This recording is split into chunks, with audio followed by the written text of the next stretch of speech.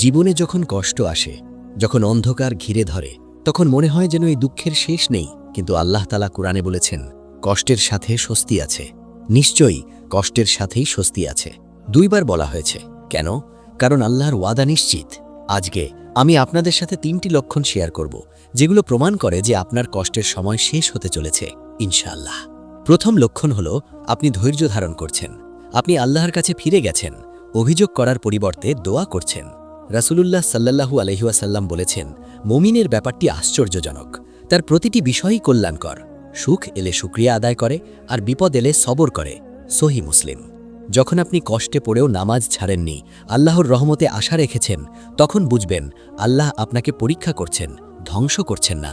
হজরত ইউসুফ আলাইহিসসালাম কুয়ায় ফেলে দেওয়ার পর, দাসত্বের শিকল পরার পর, কারাগারে বছরের পর বছর কাটানোর পরও সবর করেছিলেন, এবং শেষে তিনি মিশরের আজিজ হয়েছিলেন। আপনার সবরই প্রমাণ করে আপনার ভালো সময় আসছে। দ্বিতীয় লক্ষণ, কষ্ট আপনাকে আল্লাহর কাছাকাছি নিয়ে এসেছে। আগে হয়তো নামাজে মন বসত না, এখন তাহাজ্জুদে উঠে কাঁদেন। আগে কোরআন পড়তেন না, এখন প্রতিদিন তিলাওয়াত করেন। আগে দুনিয়ার পেছনে ছুটতেন, এখন আখিরাতের চিন্তা করেন। আল্লাহ বলেন, যখন আমার বান্দারা আমার সম্পর্কে জিজ্ঞাসা করে, তবে আমি তো নিকটেই। প্রার্থনাকারী যখন আমাকে ডাকে, আমি তার ডাকে সাড়া দেই। সূরা বাকারা। কষ্ট আসলে মানুষ আল্লাহকে পায়, এটাই আসল লাভ।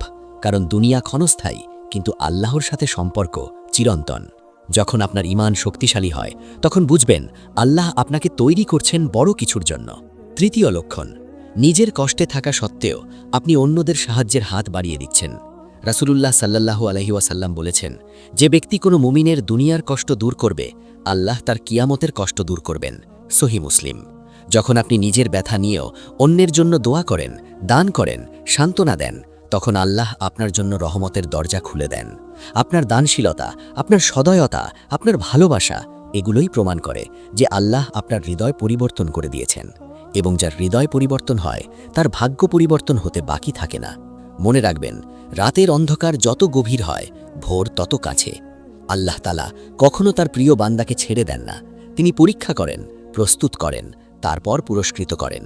হজরত আইয়ুব আলাইহিসসালাম 18 বছর কষ্ট সহ্য করেছিলেন, কিন্তু শেষে আল্লাহ তাকে সুস্থতা, সম্পদ, সন্তান সবকিছু দ্বিগুণ করে ফিরিয়ে দিয়েছিলেন।